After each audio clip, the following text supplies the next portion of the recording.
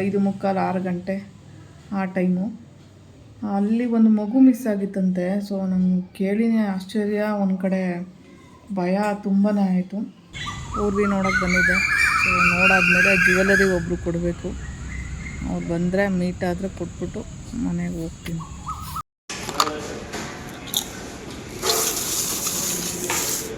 Rice ಬೇಡ ಅಂತ ತೆಗಿಸ್ಬಿಟ್ಟೆ. ಇವಾಗ ಮುದ್ದೆ ತಿನ್ನೋಣ. ಸಾಂಬಾರು ಕೊಡ್ತಾರೆ ಈಗ.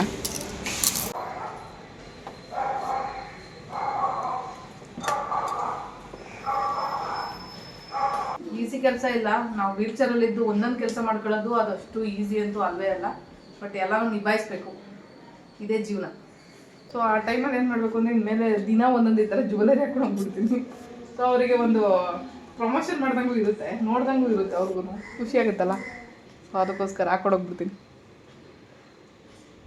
ಅಂತೇಳಿದ್ರೆ ಪರ್ಸ್ನಲ್ ಕೆಲಸ ಏನೂ ಮಾಡ್ಕೊತಾ ಇರಲಿಲ್ಲ. ನನ್ನ ಕೆಲಸ ನಾನೇ ಮಾಡ್ಕೊತಾ ಇದ್ದೆ. ನಾನು ಅಂಥ ಪರಿಸ್ಥಿತಿರು ನನ್ನ ಕೈಯಲ್ಲಿ ಆಗಲ್ಲ ಅಂದ್ರೂ, ನನ್ನ ಏನೇ ಪರ್ಸ್ನಲ್ ಕೆಲಸಗಳಿದ್ರು ಅದನ್ನು ಅವ್ರ ಕೈಲಿ ಗಲೀಜಂಥ ಕೆಲಸ ನಾನು ಏನು ಮಾಡಿಸ್ತಾ ಇದ್ದಿಲ್ಲ. ಒಂದು 2-3 ತಿಂಗಳು ಅನ್ಕತ್ತಿದ್ದು ನನ್ನ ಮನೆ ಅದು ಹಾಸ್ಪಿಟ್ಲು ಅಂತ. ಸೊ ಒಂದು ಸ್ಪೆಷಲ್ ವಾರ್ಡ್ ತಗೊಂಡಿದ್ದೆ, ಅಲ್ಲೇ ಅಡ್ಮಿಟು ಆಗಿಬಿಟ್ಟಿದ್ದೆ ನಾನು. ಸೊ ನಾನು ಇದೊಳಗೆ ಆಗದಿರೋ ಪರಿಸ್ಥಿತಿ ಇರೋ ಟೈಮಲ್ಲಿ ನಾನು ಅಲ್ಲಿದ್ದು. ಅವರು ಜಾಸ್ತಿ ದಿನ ಉಳಿಲಿಲ್ಲ.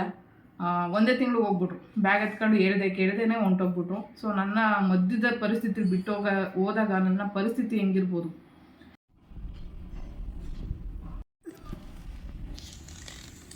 Hi, hello, good morning. ಇವಾಗ ಸ್ನಾನ ಮಾಡ್ಕೊಂಡು ಬಂದಿದ್ದೀನಿ. ಹಾಸ್ಪಿಟ್ಲಿಗೆ ಹೋಗ್ತಾ ಇದ್ದೀನಿ. ಸೊ ಹಾಸ್ಪಿಟ್ಲ್ ಅಂತ ಹೇಳಿದ್ರೆ ವ್ಯಾಕ್ಸಿನೇಷನ್ದಲ್ಲ, ಆಯುರ್ವೇದಿಕ್ ಹಾಸ್ಪಿಟ್ಲಿಗೆ ಹೋಗ್ತಾ ಇದ್ದೀನಿ. ಆಯುರ್ವೇದಿಕ್ ಹಾಸ್ಪಿಟ್ಲಿಗೆ ಯಾಕೆ ಹೋಗ್ತಾ ಇದ್ದೀನಿ, ಏನು ಕತೆ ನಾನು ಮುಂದೆ ಗೊತ್ತಾಗುತ್ತೆ. ಆ್ಯಕ್ಚುಲಿ ಈ ಮನೆಗೆ ಬರೋಕ್ಕೆ ಮುಂಚೆ ನಾನು ಆಯುರ್ವೇದಿಕ್ ಹಾಸ್ಪಿಟ್ಲಲ್ಲೇ ಈ ಕೈ ಏಟಾಗಿತ್ತಲ್ಲ, ಆ ಟೈಮಲ್ಲಿ ಒಂದು ಸ್ಥಿತಿ ಇದ್ದಿದ್ದು ಹೇಳಬೇಕು ಅಂದರೆ. ಆವಾಗ ಸದ್ಯಕ್ಕೆ ಇರೋಕ್ಕೆ ಎಲ್ಲೂ ಜಾಗ ಇರ್ತಿರ್ಲಿಲ್ಲ. ಸೊ ಅದರಿಂದ ಒಂದು 2-3 ತಿಂಗಳು ಅಲ್ಲೇ ಕಂಟಿನ್ಯೂಸ್ ಆಗಿ ಅಡ್ಮಿಟ್ ಆಗಿಬಿಟ್ಟಿದ್ದೆ. ಅದೇ ನನ್ನ ಮನೆ ಆಗಿಬಿಟ್ಟಿತ್ತು. ನಿಜವಾಗ್ಲೂ ಕೆಲವೊಂದು ಐಟಮ್ಸ್ನ ಎಲ್ಲ ತೊಗೊಂಡೋಗಿ ಅಲ್ಲೇ ಕೂಡ ಹಾಕ್ಕೊಂಡು ಒಂದು ಅಡುಗೆನೂ ಮಾಡ್ಕೊಂಡು ತಿಂದು, ನನ್ನ ಬಟ್ಟೆಗಳನ್ನೆಲ್ಲ ಒಂದಷ್ಟು ಒಗೆದು ಎಲ್ಲ ಮಾಡಿಬಿಟ್ಟಿದ್ದೀನಿ ಅಲ್ಲೇ. ನಿಜವಾಗ್ಲೂ ಒಂದು 2-3 ತಿಂಗಳು ಅನ್ಕತ್ತಿದ್ದು ನನ್ನ ಮನೆ ಅದು ಹಾಸ್ಪಿಟ್ಲು ಅಂತ. ಸೊ ಒಂದು ಸ್ಪೆಷಲ್ ವಾರ್ಡ್ ತಗೊಂಡಿದ್ದೆ, ಅಲ್ಲೇ ಅಡ್ಮಿಟು ಆಗಿಬಿಟ್ಟಿದ್ದೆ ನಾನು. ಸೊ ನಾನು ಇದೊಳಗೆ ಆಗದಿರೋ ಪರಿಸ್ಥಿತಿ ಇರೋ ಟೈಮಲ್ಲಿ ನಾನು ಅಲ್ಲಿದ್ದು. ನೆನ್ಸ್ಕೊತೀನಿ, ಈ ಗಾಯ ಆಗಿದ್ದು ಅಲ್ಲೇ. ಯಾಕಂದರೆ ಅಲ್ಲಿ ಬೆಡ್ಡು ತುಂಬ ಹಾರ್ಡಿರುತ್ತೆ, ಚಿಕ್ಕ ಬೆಡ್ಡು, ಹಿಂಗೆ ಸೈಡ್ ಕೂಡ ಒಳ್ಳಕ್ಕಾಗಲ್ಲ. ಅಂಥ ಬೆಡ್ ಇದ್ರೂ ಸದ್ಯಕ್ಕೆ ನನ್ನ ಪರಿಸ್ಥಿತಿಲಿ ನಾನು ಎಲ್ಲೂ ಹೋಗೋಕ್ಕಾಗ್ತಾ ಇರಲಿಲ್ಲ. ಸೊ ಈ ಗಾಯ ಅಲ್ಲೇ ಆಗಿದ್ದು, ಬೆಡ್ ಸೋರು. ಸೊ ಈ ಬೆಡ್ ಸೋರ್ ಸ್ಟಾರ್ಟ್ ಆಗಿದ್ದು ಯಾಕೆ ಅಂತ ಹೇಳಿದ್ರೆ, ಒಂದೇ ಕಡೆ ಮಲಗಿದ್ದೆ ನಾನು. ಯಾವಾಗಲೂ ಕಾಲಿಂಗ್ ಬಿದ್ದಿರುತ್ತಲ್ಲ, ಅವಾಗ ಏನಾಗುತ್ತೆ, ಪ್ರೆಸರು, ಈ ಬೆಡ್ದು ಪ್ರೆಸರು ಕಾಲೇನಾಗುತ್ತೆ ಹಿಂಗೆ ಟಾಕಿ ಏನಾಗಿದೆ, ಇಲ್ಲಿ ಗಾಯ ಸ್ಟಾರ್ಟ್ ಆಗಿಬಿಡ್ತು. ಈ ಗಾಯ ವಾಸಿ ಮಾಡೋಕ್ಕೆ ಏನಿಲ್ಲ ಅಂದರೂ 1 ವರ್ಷದ ಮೇಲೆ 2 ತಿಂಗಳು ಮೇಲೆ ಆಯಿತು. ಸೊ ಈ ಗಾಯ ಇವಾಗ ಒಣಗಿದೆ ಅಂತ ಮೇಲೆ ಕಾಣ್ತಾ ಇದೆ ಅಷ್ಟೇ. ಒಳಗಡೆ ಏನಾಗಿದೆ ಗೊತ್ತಿಲ್ಲ. ಇವಾಗ ಆಲ್ರೆಡಿ 15 ದಿನದಿಂದ ಏನಾಗಿತ್ತು, ಮೇಲೆ ಒಣಗಿರೋ ಥರ ಇತ್ತು, ಒಳಗಡೆ ನೋಡಿದ್ರೆ ಅದೇ ಕತೆ ಆಗಿತ್ತು. ಸೊ ಅದಕ್ಕೆ ಇವಾಗಲೂ ಒಣಗಿದೆ ಅಂತ ಒಂದು ಫೀಲಿಂಗ್ ಇದೆ. ಒಳಗಡೆ ಏನಾಗ್ತಿದೆ ಯಾರಿಗೆ ಗೊತ್ತಿದೆ. ಬಟ್ ವಾಸಿ ಆಗುತ್ತೆ ಅನ್ನೋ ಒಂದು ನಂಬಿಕೆ ಅಂತೂ ಇದೆ. ಬಟ್ ಆಯುರ್ವೇದಿಕ್ ಹಾಸ್ಪಿಟ್ಲ್ ನೆನೆಸ್ಕೊಂಡಾಗ, ನನ್ನ ಕೈ ಆಪ್ರೇಷನ್ ಆದಾಗ ನನಗೆ ಎಲ್ಲೂ ಇರೋಕ್ಕೆ ಜಾಗ ಇಲ್ಲ. ನಾನು ಆಶ್ರಮಕ್ಕೆ ಹೋಗಿದ್ದು, ಆಸ್ಪತ್ರೆ ಎಲ್ಲ ಕೆಲಸ ಎಲ್ಲ ಮುಗಿಸಿ ಒಂದಷ್ಟು ದಿನ ನನಗೆ ಬೇಡ, ಹಾಸ್ಪಿಟಲ್ ಇರೋಕ್ಕೆ ಆಗ್ತಾಯಿಲ್ಲ, ನೋಡ್ಕೊಳ್ಳೋರು ಯಾರೂ ಇಲ್ಲ ಅನ್ನೋ ಟೈಮಲ್ಲಿ ನಾನು ಆಶ್ರಮಕ್ಕೆ ಹೋಗಿದ್ದು. ಯಾಕೆ ಹೋದೆ ಅಂದರೆ ನನಗೆ ಯಾರೂ ನೋಡ್ಕೊಳ್ಳೋರು ಇರಲಿಲ್ಲ. ನನ್ನ ಫ್ಯಾಮಿಲಿ ಒಬ್ಬರು ಮೆಂಬರೇ ನನ್ನನ್ನು, ಫ್ಯಾಮಿಲಿ ಮೆಂಬರ್ ಅಂದರೆ ಅಪ್ಪನ ಕಡೆ ಫ್ಯಾಮಿಲಿ ಮೆಂಬರ್ ಒಬ್ಬರು ನನ್ನ ನೋಡ್ಕೊಳ್ಳೋಕೆ ಬಂದಿರು. ಸ್ವಲ್ಪ ದುಡ್ಡು ಕೊಟ್ಟು ನೋಡ್ಸ್ಕೊಂಡೆ. ನೋಡ್ಸ್ಕೊಂಡ್ಮೇಲೆ ಅವರು ಜಾಸ್ತಿ ದಿನ ಉಳಿಲಿಲ್ಲ. ಒಂದೇ ತಿಂಗಳು ಹೋಗ್ಬಿಟ್ರು. ಬ್ಯಾಗ್ ಎತ್ಕೊಂಡು ಕೇಳ್ದೇನೆ ಹೊಂಟೋಗ್ಬಿಟ್ರು. ಸೊ ನನ್ನ ಮಧ್ಯದ ಪರಿಸ್ಥಿತಿ ಹೋದಾಗ ನನ್ನ ಪರಿಸ್ಥಿತಿ ಹೆಂಗಿರ್ಬೋದು. ನನಗೆ ಒಬ್ಬರು ನಿಜವಾಗ್ಲೂ ಆ ಹಾಸ್ಪಿಟ್ಲಲ್ಲಿ ಬಿಟ್ಟೋದ್ಮೇಲೆ, ಅದು ಫ್ಯಾಮಿಲಿ ಮೆಂಬರ್ ಆಗಿ ಇದ್ಕೊಂಡು ನನ್ನನ್ನು ಒಂದೇ ತಿಂಗಳಿಗೆ ಅಲ್ಲಿ ಬಿಟ್ಟೋಗ್ಬಿಡ್ತಾರೆ. ಹೇಳಲ್ಲ ಕೇಳಲ್ಲ, ಬಿಟ್ಟೋಗ್ಬಿಡ್ತಾರೆ. ಬಿಟ್ಟೋದ್ಮೇಲೆ ಏನಪ್ಪ ಮಾಡಬೇಕು, ಇಂಥ ಪರಿಸ್ಥಿತಿಗೆ ಬಂದುಬಿಟ್ಟೆ ನಾನು ಅಂತ ಯೋಚನೆ ಮಾಡ್ತಾ ಇರ್ತೀನಿ. ಸೊ ಆ ಪರಿಸ್ಥಿತಿಲಿ ನಾನು ಅಲ್ಲಿ ಯಾರೋ ಪೇಷಂಟ್ ನೋಡ್ಕೊಳಕ್ಕೆ ಬಂದಿರೋ ಒಂದು ಹುಡುಗಿನ ಕೇಳ್ಕೊತೀನಿ, ಸ್ವಲ್ಪ ದಿನ ನೋಡ್ಕೊಳ್ಳಿ, ನನ್ನ ಕೈಯಲ್ಲಿ ಆಗ್ತಾಯಿಲ್ಲ, ಒಂದು ಟೀ ಶರ್ಟ್ ಕೂಡ ಹಾಕೊಳಕ್ಕಾಗ್ತಿಲ್ಲ, ಊಟ ಮಾಡೋಕ್ಕಾಗ್ತಿಲ್ಲ. 3 ತಿಂಗಳು 4 ತಿಂಗಳು ನಾನು ಎಡಗೈಲಿ ಊಟ ಮಾಡಿದ್ದೀನಿ. ಆ ಎಡಗೈಲಿ ಊಟ ಮಾಡೋಕ್ಕೆ ಎಷ್ಟು ಕಷ್ಟಪಟ್ಟಿದ್ದೀನಿ ಅಂದರೆ ಹೋಗೋದೇ ಇಲ್ಲ. ನಿಜವಾಗ್ಲೂ ಬಲಗೈಲಿ ಎಲ್ಲ ಅಭ್ಯಾಸ ಇರೋ ಕೆಲಸ ಮಾಡೋ ಅಂಥ ಅಭ್ಯಾಸ ಇರೋರಿಗೆ ನೀವು ಎಡಗೈಲಿ ಏನಾದ್ರು ಕೆಲಸ ಮಾಡೋಕ್ಕಾಗುತ್ತಾ? ಇವಾಗ ಬಲಗೈಲಿ ನಾವು ಚಾಕುವಲ್ಲಿ ಏನಿಲ್ಲ ತರಕಾರಿ ಕಟ್ ಮಾಡೋದು ಈಸಿಯಾಗಿ ನೀಟಾಗಿ ಮಾಡ್ತೀವಿ. ಅದೇ ಎಡಗೈಲಿ ಮಾಡೋದ್ರೆ ಮಾಡ್ತೀವ? ಪೆನ್ ಬರೆಯೋದು ನಾವು ಎಷ್ಟು ಚೆನ್ನಾಗಿ ಬರಿತೀವಿ ಬಲಗೈಲಿ. ಅದೇ ಎಡಗೈಲಿ ಮಾಡೋದ್ರೆ ಮಾಡಲ್ಲ ನಾವು. ಯಾಕೆ ಆಗಲ್ಲ? ಅದಕ್ಕೆ ಅಭ್ಯಾಸ ಇಲ್ಲ. ಎಡಗೈಗೆ ಏನೂ ಅಭ್ಯಾಸ ಇಲ್ಲ. ನಾವು ಜಾಸ್ತಿ ಮುಕ್ಕಾಲು ಭಾಗ ಕೆಲಸ ಮಾಡೋದು ನಾವು ಬಲಗೈಯಿಂದ. ಸೊ ಈ ಬಲಗೈಯೇ ಮುರಿದಿದೆ ನನಗೆ. ನಾನು ಹೆಂಗೆ ಮಾಡಬೇಕು? ಒಂದು ತಲೆ ಬಚ್ಚಕ್ಕಾಗ್ತಿಲ್ಲ, ಒಂದು ಟೀ ಶರ್ಟ್ ಹಾಕೊಳಕ್ಕಾಗ್ತಿಲ್ಲ. 2 ದಿನ ಅದು ಬೆಡ್ ಬಾದು ಸುಮ್ಮನೆ ಹಿಂಗೆ ಮಾಡೋದು ಹುಡುಗಿ ಹೋಗೋಳು. ಅಷ್ಟಕ್ಕಿಂತ ಒಂದು ದಿನ 300 ರೂಪಾಯಿ ಕೇಳ್ತಾಯಿದ್ಲು ನನ್ನನ್ನು. ಸೊ ನಾನು ಕೊಡ್ತೀನಿ ಅಂತ ಹೇಳಿದೆ. 1 ವಾರಕ್ಕೆ ಸತಾಯಿಸಿದ್ದಾಳೆ ಸಿಕ್ಕಾಪಟ್ಟೆ. ಹೆಂಗೆ ಅಂತ ಹೇಳಿದ್ರೆ ಬರ್ತಾನೆ ಇರಲಿಲ್ಲ. ಫೋನ್ ಮಾಡಿದ್ರು ಸಡನ್ಲಿ ಏನಕನ ಬನ್ನಿ ಅಂತ ಹೇಳಿದ್ರೆ. ಪರ್ಸ್ನಲ್ ಕೆಲಸ ಏನೂ ಮಾಡ್ಕೊತಾ ಇರಲಿಲ್ಲ. ನನ್ನ ಕೆಲಸ ನಾನೇ ಮಾಡ್ಕೊತಾ ಇದ್ದೆ. ನಾನು ಅಂಥ ಪರಿಸ್ಥಿತಿರು ನನ್ನ ಕೈಯಲ್ಲಿ ಆಗಲ್ಲ ಅಂದ್ರೂ, ನನ್ನ ಏನೇ ಪರ್ಸ್ನಲ್ ಕೆಲಸಗಳಿದ್ರು ಅದನ್ನು ಅವ್ರ ಕೈಲಿ ಗಲೀಜ್ ಅಂತ ಕೆಲಸ ನಾನು ಏನೂ ಮಾಡಿಸ್ತಾ ಇರಲಿಲ್ಲ. ಹಂಗಿದ್ರೂ ಅವರು 1 ತಿಂಗಳು ನಿಲ್ಲಿಲ್ಲ. ನನ್ನ ಫ್ಯಾಮಿಲಿ ಮೆಂಬರೇ 1 ತಿಂಗಳು ನನ್ನ ಹತ್ರ ಇರಲಿಲ್ಲ. ಸೊ ಬೇಜಾರಾಯಿತು ನನಗೆ. ಅದಾದಮೇಲೆ ಬಿಡು, ಯಾವತ್ತಿದ್ರೂ ಎಲ್ಲರೂ ಬಿಟ್ಟು ಹೋಗೋರೇನೆ. ಅದಕ್ಕೋಸ್ಕರ ನಮ್ಮ ಕೆಲಸಗಳನ್ನ ನಾವೇ ಮಾಡೋದು ಕಲಿಬೇಕು. ಅದರಲ್ಲೂ ಸ್ಪೈನ್ ಇಂಜುರಿ ಆಗಿರೋರು ನೋಡಿದ್ರೆ ಬೇರೆಯವರೆಲ್ಲ ಒಂಥರ ಕೆಲವೊಬ್ರು ಅಸಹ್ಯ ಪಟ್ಕೋತಾರೆ. ಪಟ್ಕೊಳ್ಳಿ. ಮನುಷ್ಯ ಅಂದಮೇಲೆ ಒಂದಲ್ಲ ಒಂದು ಟೈಮಲ್ಲಿ ಅನಾರೋಗ್ಯ ಸಮಸ್ಯೆ ಅಂತ ಬಂದರೆ ಅವನು ಬೆಡ್ ಹಿಡ್ದೇ ಹಿಡಿತಾನೆ. ಯಾವ ಮನುಷ್ಯ ಆದರೂ 2 ದಿನ ಅಲ್ಲ ಅಂದ್ರೂ 1 ತಿಂಗಳಾದರೂ ಕೆಲವೊಬ್ರು ಜೀವನದಲ್ಲಿ 1 ಸಾರಿ ಆದರೂ ಬೆಡ್ ಹಿಡಿಯೋ ಪರಿಸ್ಥಿತಿ ಬರುತ್ತೆ. ಸೊ ಅಂಥ ಪರಿಸ್ಥಿತಿ ಬಂದಾಗ ಯಾವತ್ತೂ ಕುಗ್ಗಬಾರ್ದು. ಯಾಕಂದರೆ ಜೀವನ ಪರ್ಮನೆಂಟ್ ಅಲ್ಲ. ಇವತ್ತು ನಾನು 4 ವರ್ಷ ಮಲಗಿದ್ದೆ ಒಂದೇ ಕಡೆ. ಆ ಮಲಗಿರೋ ಟೈಮಲ್ಲಿ ಕೂಡ ಯಾರ ಕೈಲೂ ಮಾಡಿಸ್ಕೊಂಡಿಲ್ಲ. ನಾನು 6 ತಿಂಗಳು ಹಾಸ್ಪಿಟ್ಲಲ್ಲಿ ಇದ್ನಲ್ಲ, ಆವಾಗ ನನಗೆ ಈ ಸ್ಪೈನ್ ಇಂಜುರಿ ಬಗ್ಗೆ ಏನೂ ಗೊತ್ತಿಲ್ಲ. ನಮ್ಮ ಕೈಲಿ ಏನೂ ಮಾಡ್ಕೊಳಕ್ಕಾಗಲ್ಲ ಅನ್ನೋದು ನನ್ನ ಮೈಂಡ್ ಸೆಟ್ಟು. ನಮ್ಮ ಕೈಲಿ ಏನೂ ಮಾಡ್ಕೊಳಕ್ಕಾಗಲ್ಲ, ಯಾಕೆಂದರೆ ಸೆನ್ಸೇಷನ್ ಇಲ್ಲ, ನಮ್ಮ ಕೈಲಿ ಮಾಡ್ಕೊಳ್ಳೋಷ್ಟು ಕೆಪಾಸಿಟಿ ಇರ್ತಾ ಇರಲಿಲ್ಲ. ಸೊ ನಾನು ಮನೆಗೆ ಹೋದ್ಮೇಲೆ ಏನು ಮಾಡಿದೆ ಗೊತ್ತಾ? 6 ತಿಂಗಳು ಅಷ್ಟೇ ನಾನು ಬೆಡ್ ಮೇಲೆ ಬೇರೆಯವ್ರ ಕೈಲಿ, ಅದು ನಮ್ಮ ಫ್ಯಾಮಿಲಿಯವ್ರ ಕೈಲಿ ಮಾಡಿಸ್ಕೊಳ್ಳಿಲ್ಲ. ಅದು ನಾನು ಮನೆಗೆ ಹೋದೆ. ನಾನು ಇಂಡಿಪೆಂಡೆಂಟ್ ಆಗಬೇಕು ಅಂತ ಮನ್ಸಲ್ಲಿ ಬಂದಿತ್ತು. ಸೊ ಇಂಡಿಪೆಂಡೆಂಟ್ ಆಗಬೇಕು ಅಂದ್ರೆ ಏನು? ನಮ್ಮ ಚಿಕ್ಕ ಪುಟ್ಟ ಪರ್ಸನಲ್ ಕೆಲಸಗಳನ್ನ ಬೇರೆಯವ್ರ ಕೈಲಿ ಮಾಡಿಸ್ಕೋಬಾರ್ದು. ಊಟ ಕೊಡ್ತಾರೆ, ತಿಂಡಿ ಕೊಡ್ತಾರೆ, ನೀರು ಕೊಡ್ತಾರೆ, ಬಟ್ಟೆ ಹೋಗ್ಕೊಡ್ತಾರೆ. ಆದರೆ ನಮ್ಮ ಕೆಲಸಗಳಿದಾವಲ್ಲ ಅದನ್ನು ಯಾರೂ ಮಾಡಲ್ಲ. ನಾವೇ ಅಷ್ಟೇ, ನಾವು ಕೂಡ ಬೇರೆಯವ್ರಿಗೆ ಮಾಡಲ್ಲ. ಯಾಕಂದ್ರೆ ನಮ್ಗೆ ಅಸಹ್ಯ ಅಂತ ಅನಿಸುತ್ತೆ ಅದೆಲ್ಲ.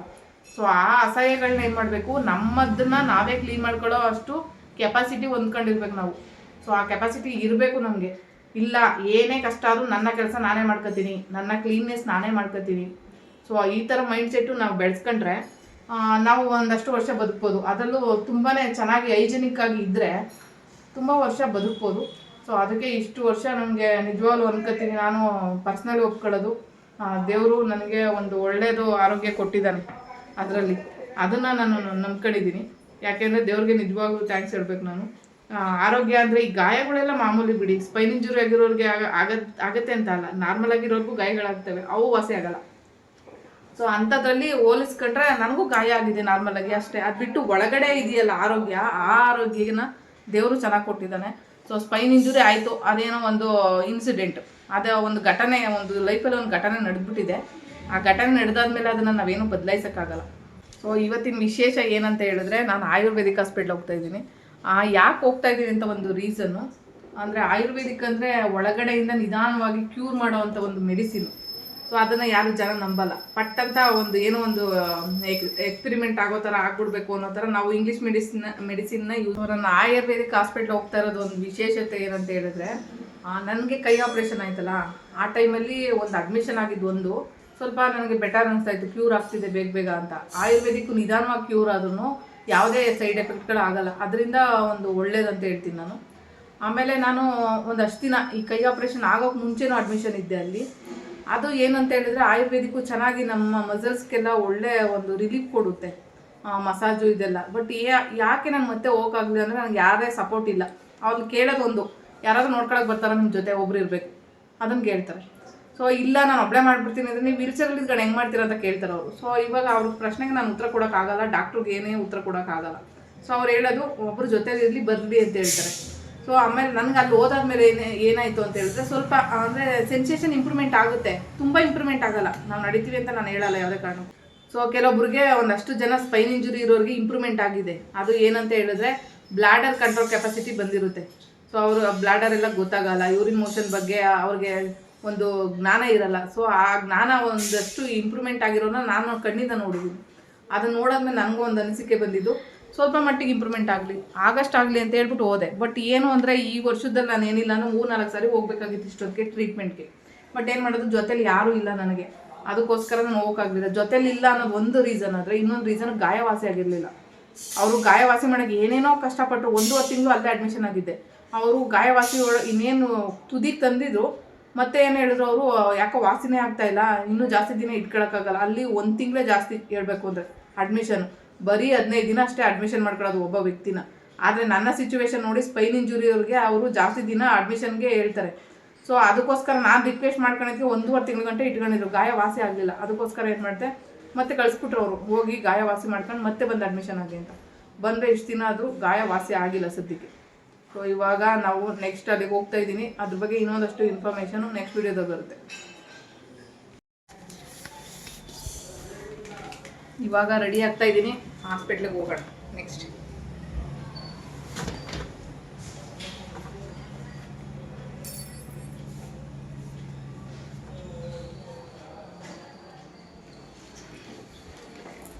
ಇಲ್ಲಿ ಸ್ವಲ್ಪ ಮೂವ್ ಮಾಡಬೇಕು ಅಂದ್ರೂ ನಮ್ಮ ಕೈಯೇ ಸಪೋರ್ಟ್ ಮಾಡಬೇಕು, ನಮ್ಮ ಬಾಡಿಗೇನು ಸಪೋರ್ಟ್ ಮಾಡಲ್ಲ. ನಾವು ವೇಟ್ ಲಿಫ್ಟ್ ಮಾಡಿ ನೋಡಿ ಈ ಥರ ಮೂವ್ ಆಗಬೇಕು, ಆಮೇಲೆ ಕೈ ಸಪೋರ್ಟಿಂದ ಹಿಂಗೆ ಹಿಂದಕ್ಕೆ ಹೋಗ್ಬೇಕು ಅಷ್ಟೇ. ನಮ್ಮ ಬಾಡಿ ಯಾವುದೇ ಸಪೋರ್ಟ್ ಕೊಡಲ್ಲ ನಮಗೆ. ಬೆಡ್ಡಿಗೆ ಶಿಫ್ಟ್ ಆಗಬೇಕು ಅಂತ ಹೇಳಿದ್ರೆ ಕಾಲು, ನಾನು ಒಂದೇ ಕಾಲು ಇಳಿಸೋದು, ಇನ್ನೊಂದು ಕಾಲು ಇಳಿಸಲ್ಲ. ಇದೊಂದು ಕಾಲು ಹಿಂಗೆ ಇರುತ್ತೆ, ಯಾಕಂದರೆ ಇದೊಂಚೂರು ಸಪೋರ್ಟ್ ಮಾಡುತ್ತೆ ನಾನು ಬೀಳದೇ ಇರೋ ಥರ. ಸೊ ಅದಕ್ಕೆ ಆ ಕಾಲು ಅಲ್ಲೇ ಇಟ್ಕೊತೀನಿ. ಇಟ್ಕೊಂಡು ಹಿಂಗೆ ಮುಂದಕ್ಕೆ ಜರ್ಕೋಬೇಕು, ತುದಿಗೆ ಜರ್ಕೊಂಡು ಸ್ವಲ್ಪ ಹಿಂಗೆ ಕೈ ಸಪೋರ್ಟ್ ಮಾಡಿ ಈ ಥರ ಜರ್ಕೊಂತೀನಿ. ಸೊ ಇಷ್ಟೇ ಈಸಿ ಕೆಲಸ ಇಲ್ಲ. ನಾವು ವೀಲ್ಚೇರಲ್ಲಿದ್ದು ಒಂದೊಂದು ಕೆಲಸ ಮಾಡ್ಕೊಳ್ಳೋದು ಅದಷ್ಟು ಈಸಿ ಅಂತೂ ಅಲ್ವೇ ಅಲ್ಲ. ಬಟ್ ಎಲ್ಲನೂ ನಿಭಾಯಿಸ್ಬೇಕು, ಇದೇ ಜೀವನ.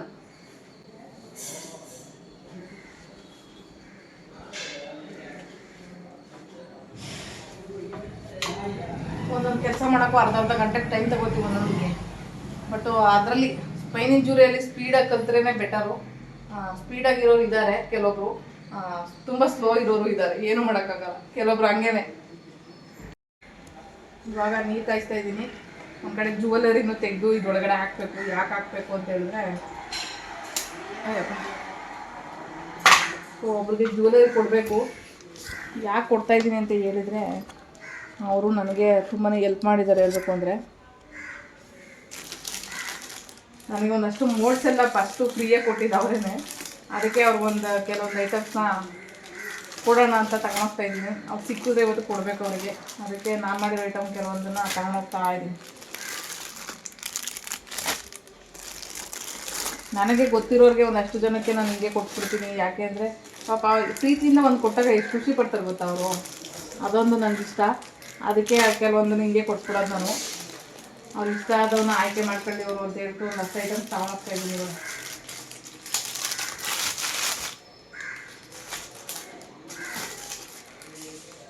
ಫಸ್ಟ್ ಟೈಮ್ ಒಬ್ಬರು ಮೋಲ್ಡ್ಸು ಮತ್ತು ಮಣ್ಣು ಇನ್ನೂ ಕೆಲವೊಂದು ಐಟಮ್ಸ್ನ ನನಗೋಸ್ಕರ ಫ್ರೀ ಕೊಟ್ಟಿದ್ದಾರೆ.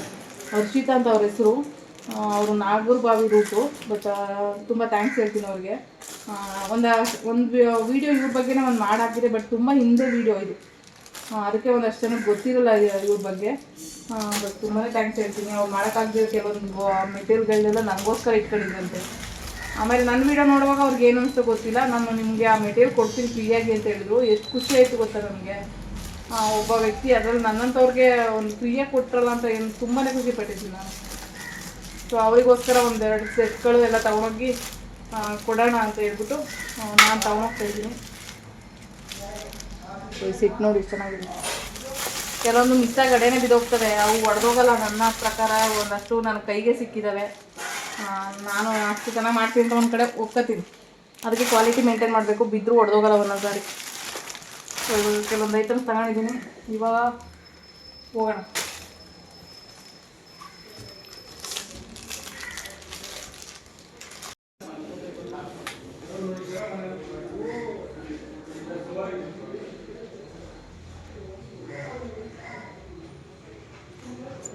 ಮಿರರೇ ಚೆನ್ನಾಗಿ ಕಾಣ್ತಾ ಇಲ್ಲ. ಇವತ್ತು ಟೆರಕೋಟಾ ಜ್ಯುವೆಲರಿ ಹಾಕೊಂಡಿದ್ದೀನಿ, ಇಯರಿಂಗ್ಸ್ ಹಾಕೊಂಡಿದ್ದೀನಿ.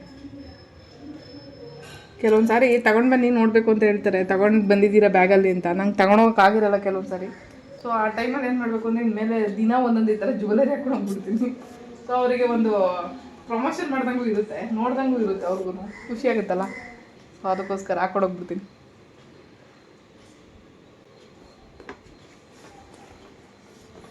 ಈಗ ಟೈಮ್ ಆಗಿದೆ, ಶಿಫ್ಟು ಹಾಸ್ಪಿಟಲ್.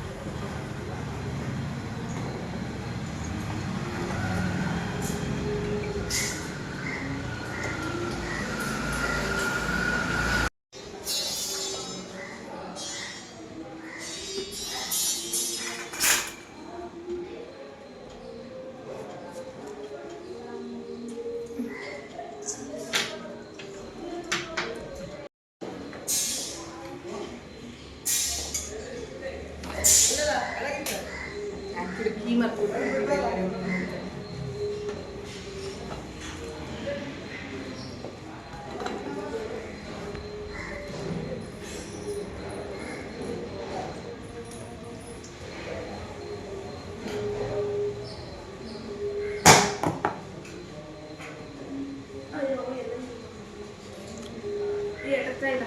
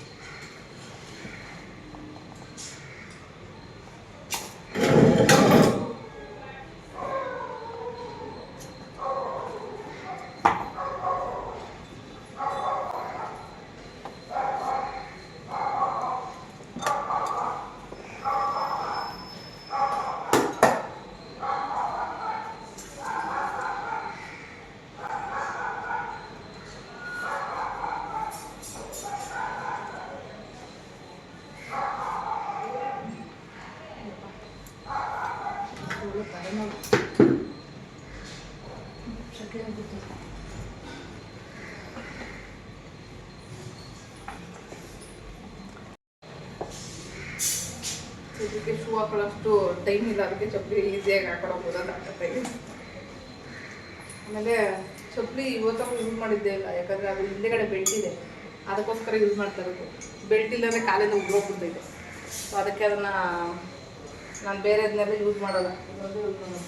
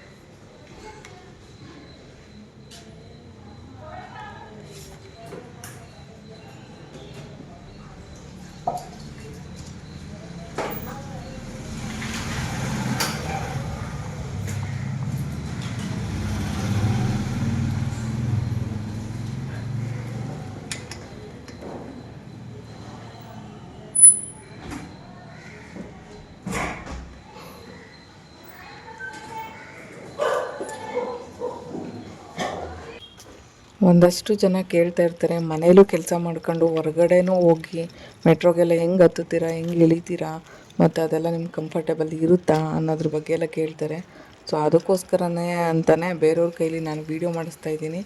ಯಾಕಂದರೆ ನನ್ನಷ್ಟು ನಾನೇ ವೀಡಿಯೋ ಮಾಡ್ಕೊಂಡು ನಿಮಗೆಲ್ಲ ತೋರ್ಸೋಕ್ಕೆ ನನ್ನ ಕೈಯಿಂದ ಆಗೋಲ್ಲ. ಸೊ ಅದಕ್ಕೋಸ್ಕರನೇ ಸಪ್ರೇಟ್ ಇದೊಂದು ವೀಡಿಯೋ ಅಂತಲೇ ಮಾಡಿಸಿದ್ರೆ ಕೆಲವೊಂದು ಜನಕ್ಕೆ ಗೊತ್ತಾಗುತ್ತೆ. ನಾನು ಒಂದೊಂದು ಸಾರಿ ಹೆಂಗೆ ಗಾಡಿ ತೊಗೊಂಡೋಗ್ತೀನಿ ಮತ್ತು ಹೆಂಗೆ ಹೋಗ್ತೀನಿ, ಹೆಂಗೆ ಮಾಡ್ತೀನಿ ಅನ್ನೋದ್ರ ಮೇಲೆ ನಿಮಗೆ ಗೊತ್ತಾಗಲಿ ಅಂತಲೇ ನಾನು ಇದು ಸಪ್ರೇಟ್ ವೀಡಿಯೋಗಳನ್ನ ಹಾಕೋದು. ಯಾವುದೇ ಟೂ ವೀಲರ್ಗಳನ್ನ ಓಡಿಸ್ಬೇಕಾದ್ರೆ ಸೇಫ್ಟಿಗೆ ಹೆಲ್ಮೆಟ್ನ ಯಾವಾಗಲೂ ಹಾಕಿರಿ. ಯಾಕಂದರೆ ಈ ಹೆಲ್ಮೆಟು ನಿಜವಾಗ್ಲೂ 2ನೇ ಟೈಮು ನಾನು ಬಿದ್ದಾಗ ನನ್ನ ಪ್ರಾಣ ಕಾಪಾಡಿರೋ ಅಂಥದ್ದು. ಯಾಕಂದರೆ ನಂಗೆ ಸಿಕ್ಕಾಪಟ್ಟೆ ಏಟಾಗ್ತಿತ್ತು ತಲೆಗೆ ಮಾತ್ರ, ಬಟ್ ಅವತ್ತು ನನ್ನ ಪ್ರಾಣನ ಕಾಪಾಡಿದ್ದು ಈ ಹೆಲ್ಮೆಟೇ. ಸೊ ಅದಕ್ಕೆ ಎಲ್ಲೋದ್ರೂ ನಾನು ಮರೆಯಲ್ಲ.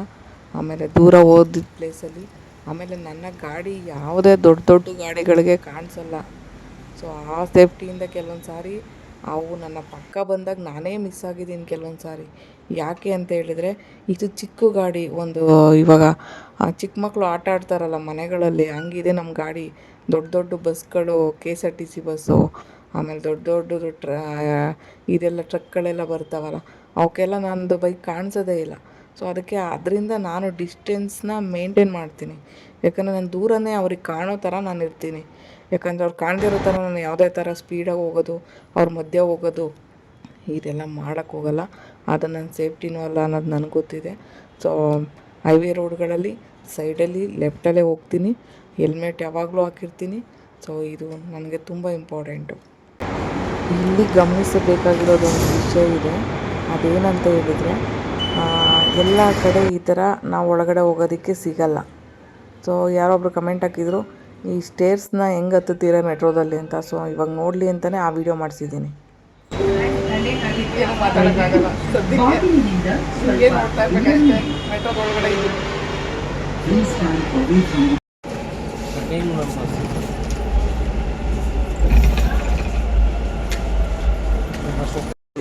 ವೀಲ್ ಚೇರ್ ಓಡಾಡೋದಕ್ಕೆ ಇಷ್ಟು ಆ್ಯಕ್ಸೆಸಿಬಲ್ ಮಾಡಿರೋವಂಥ ಮೆಟ್ರೋಗೆ ನಿಜವಾಗ್ಲೂ ಧನ್ಯವಾದ ಹೇಳಲೇಬೇಕು. ಯಾಕಂದರೆ ಈ ಬೇರೆ ಕಡೆ ಎಲ್ಲೂ ಬಸ್ ಸ್ಟ್ಯಾಂಡ್ಗಳಲ್ಲಾಗಲಿ ಬೇರೆ ಒಂದು ಯಾವುದಾದ್ರೂ ಒಂದು ಚೌಟ್ರಿಗೋ ಎಲ್ಲಿ ಹೋಗೋದಕ್ಕೂ ಒಂದು ವೀಲ್ ಚೇರ್ ವ್ಯವಸ್ಥೆ ಇರೋಲ್ಲ. ಸೊ ಅಲ್ಲೆಲ್ಲ ರ್ಯಾಂಪ್ಗಳ ವ್ಯವಸ್ಥೆ ಇರೋಲ್ಲ, ಬರೀ ಸ್ಟೆಪ್ಸ್ಗಳು ಇರ್ತವೆ. ಈ ಥರ ಇರುತ್ತೆ ಒಂದು ಸಿಚುವೇಶನ್. ಬಟ್ ಇವಾಗ ಮಾಡಿರೋ ಬೆಂಗಳೂರು ಮೆಟ್ರೋ ನಿಜವಾಗ್ಲೂ ಬೆಸ್ಟು. ಅದರಲ್ಲಿ ಫಿಸಿಕಲಿ ಹ್ಯಾಂಡಿಕ್ಯಾಪ್ಟ್ ಇರೋರಿಗೆ ತುಂಬ ಉಪಯೋಗ ಇದೆ. ಎಲ್ಲ ಕಡೆ ರ್ಯಾಂಪ್ ವ್ಯವಸ್ಥೆ ಮಾಡಿದ್ದಾರೆ, ನೀಟಾಗಿ ಓಡಾಡೋ ವ್ಯವಸ್ಥೆ ಅಂತೂ ಮಾಡಿದ್ದಾರೆ. ಅವ್ರಿಗೆಲ್ರಿಗೂ ತುಂಬ ಥ್ಯಾಂಕ್ಸ್ ಹೇಳ್ತೀನಿ.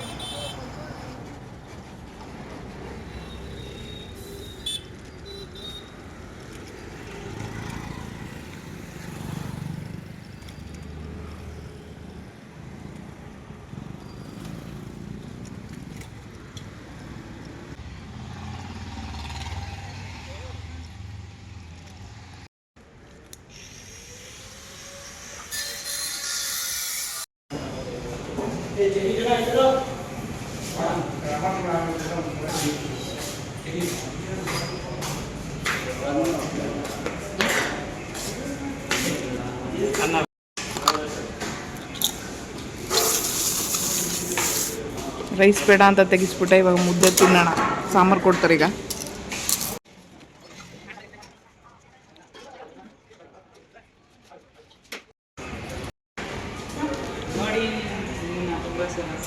ನೋಡಿದ್ದೀರಾ? ಚೆನ್ನಾಗಿದೆ ನಂದು. Thank you sir. ಊಟ ಮಾಡಿ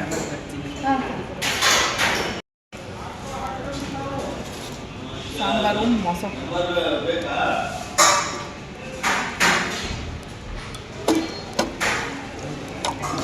ಇಷ್ಟ ಆಗಿರೋಷ್ಟು ಸಾಂಬಾರು ಹಾಕೊಳ್ಳಿ ಅಂತ ಜಾಸ್ತಿನೇ ಕೊಟ್ಟಿರ್ತಾರೆ. ಸಾಂಬಾರು, ರಸಮ್ಮು ಮತ್ತು ಮಜ್ಜಿಗೆ 3 ಥರ ಕೊಡ್ತಾರೆ.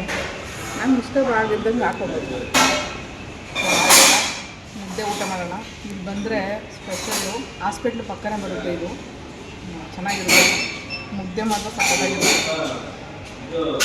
ನಾವು ಮನೆ ಮುದ್ದೆ ಹೆಂಗೆ ಮಾಡ್ತೀವಲ್ಲ ಸೇಮ್ ಹಂಗೆ ಇರುತ್ತೆ. ಸೊ ಅದಕ್ಕೆ ನಾನು 2 ಮುದ್ದೆ ತಿಂದ್ಬಿಡ್ತೀನಿ. ಈಗ ಬಂದಾಗ ಅದು ಯಾಕೆ ಗೊತ್ತು, ಸಣ್ಣಗಿರುತ್ತೆ, ಅದಕ್ಕೋಸ್ಕರ. ಹೋಟೆಲ್ ನೇಮು ಬಸವೇಶ್ವರ ಮೆಸ್ ಅಂತ. ಸೊ ಇದು ಒಳಗಡೆ ಬರಬೇಕು, ಸ್ವಲ್ಪ ಎಳ್ನೀರು ಮಾಡ್ತಾರಲ್ಲ ಹಿಂಗೆ ಹಾಸ್ಪಿಟ್ಲ್ ಪಕ್ಕ ಒಂದು ಗೋಡೆ ಬರುತ್ತೆ, ಗೋಡೆಗೆ ಒಳಗಡೆ ಬರಬೇಕು. ಸೊ ಇದೊಂದು ಇದು ಬರುತ್ತೆ. ಸೊ ಒಳಗಡೆ ಅಂದರೆ ಒಂದು ರೋಡ್ ಒಳಗಡೆ, ಅದರಿಂದ ಇನ್ನೊಂದು ರೋಡ್ ಒಳಗಡೆ ತಗೋಬೇಕು. ಬಸವೇಶ್ವರ ಮೆಸ್ ಅಂತ, ಚೆನ್ನಾಗಿದೆ. ಸೊ ಇದು ಏನು ಅಂದರೆ ಗಾಡಿನ ಒಳಗಡೆ ತರ್ಬೋದು, ಅಲ್ಲೇನು ಸ್ಟೆಪ್ಸ್ ಇಲ್ಲ, ಅದಕ್ಕೋಸ್ಕರ ನಾವು ಒಳಗಡೆ ಬಂದುಬಿಟ್ಟಿದ್ದೀನಿ. ಇಲ್ಲಿದ್ದು ಹೋಟೆಲ್ಗೆ ಹೋದ್ರೆ ರೋಡಲ್ಲೇ ಕುತ್ಕೊಂಡು ತಿನ್ನಬೇಕು, ಬಟ್ ಇದು ಒಳಗಡೆ ಬಂದು ತಿನ್ಬೋದಲ್ಲ, ಅದಕ್ಕೆ ಖುಷಿಯಾಗಿ ಬರೋದಿದೆ.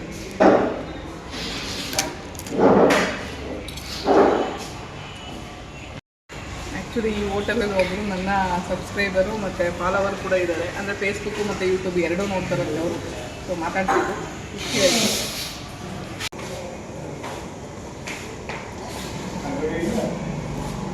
ಉಪ್ಪಿನಕಾಯಿ ಚೆನ್ನಾಗೈತೆ.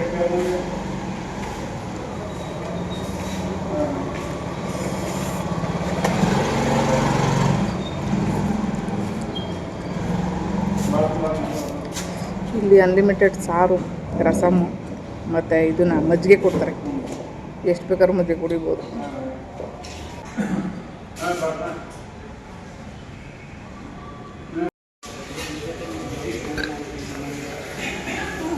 ಏನಿಲ್ಲ, ಅದೇನು ಪ್ರಾಬ್ಲಮ್ ಇಲ್ಲ, ಮಾತಾಡೋಕ್ಕೇನಂತೆ.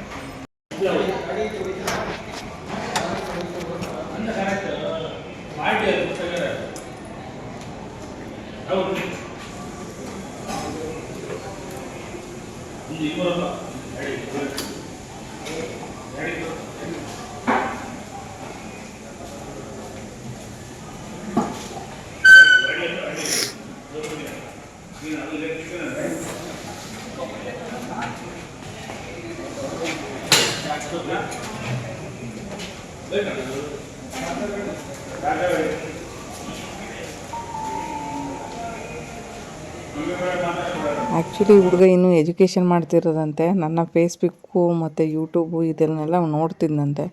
ಸೊ ಅವನು ನಾನು ಬಂದಿರೋದಕ್ಕಲ್ಲಿ ಮಾತಾಡಿಸ್ದ.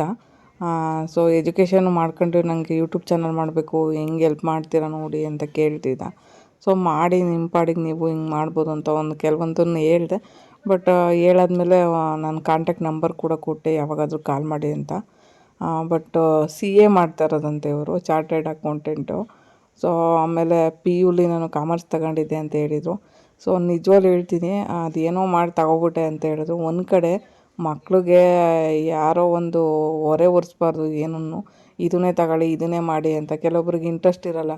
ಸೊ ನಮಗೂ ಹಂಗೆ PUCಲಿ ಕಾಮರ್ಸ್ ತಗೋಬಿಟ್ಟು ಯಾಕೆ ತಗೊಂಡೆ ಅನಿಸ್ಬಿಡ್ತು ನನಗೆ. ಬೇಸಿಕ್ಸೇ ಸರಿಯಾಗಿ ಅರ್ಥ ಆಗಲಿಲ್ಲ.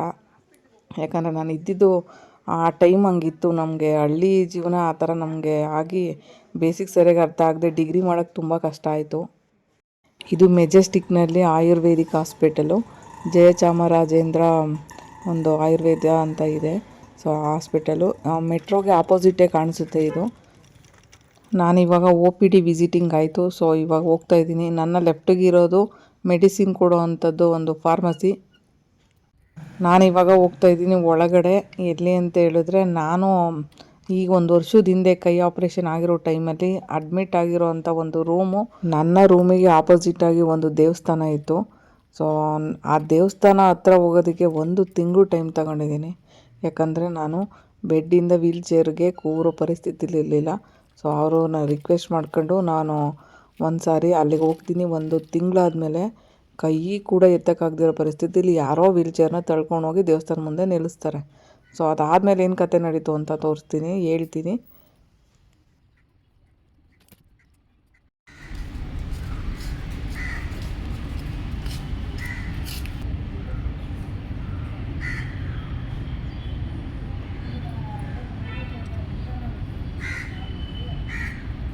ನಾನಿದ್ದ ವಾರ್ಡು ಇದೇನೆ, 3 ಬೆಡ್ಡು, ಅಂದರೆ 15 ರೂಪಾಯಿ ವಾರ್ಡ್ ಅಂತ ಹೇಳ್ತಾರಲ್ಲ, ಅದು ಸ್ಪೆಷಲ್ ವಾರ್ಡೇ ಇದೂ.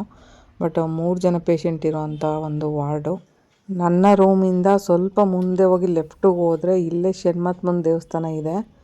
ಸೊ ಅಲ್ಲಿ ಕೂತ್ಕೊಂಡು ಒಂದಿನ ನನ್ನಷ್ಟಕ್ಕೆ ನಾನೇ ನನ್ನ ಲೈಫ್ ಯಾಕೆ ಹಿಂಗಾಯಿತು ಅಂತ ಕಣ್ಣೀರು ಹಾಕ್ತೀನಿ. ಬಟ್ ಆ ಕಣ್ಣೀರನ್ನು ಒರೆಸ್ಕೊಳ್ಳೋಕ್ಕೆ ನನ್ನ ಬಲಗೈಯಿಂದ ಕೂಡ ನನಗಾಗ್ತಾಯಿಲ್ಲ. ಸೊ ಅಂಥ ಒಂದು ಸಿಚುವೇಶನ್ ಹಂಗಿತ್ತು.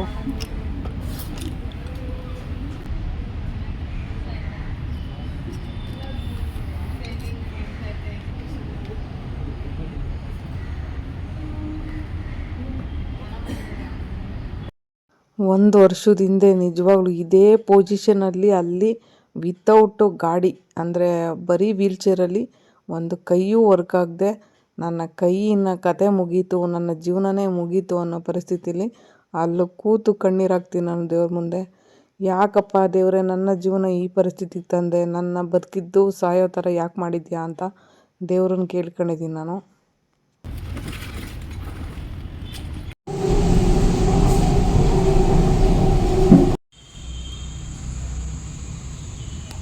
ಊರ್ವಿ ನೋಡೋಕೆ ಬಂದಿದ್ದೆ. ಸೊ ನೋಡಾದ್ಮೇಲೆ ಜ್ಯುವೆಲರಿ ಒಬ್ಬರು ಕೊಡಬೇಕು. ಅವ್ರು ಬಂದರೆ ಮೀಟ್ ಆದರೆ ಕೊಟ್ಬಿಟ್ಟು ಮನೆಗೆ ಹೋಗ್ತೀನಿ. ಆಸ್ಪತ್ರೆಯಿಂದ ಡೈರೆಕ್ಟ್ ಇಲ್ಲಿಗೆ ಬಂದಿದ್ದೆ.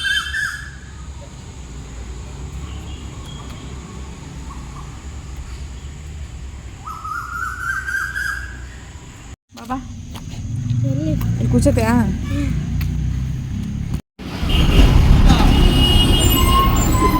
ಹಚ್ಚಿದ್ವು ಸರಿ. ಮುಗ್ದೋಯ್ತಾ? ಏನು ಎಷ್ಟು ಬೇಗ ಕೊಡ್ಬಿಟ್ಟ?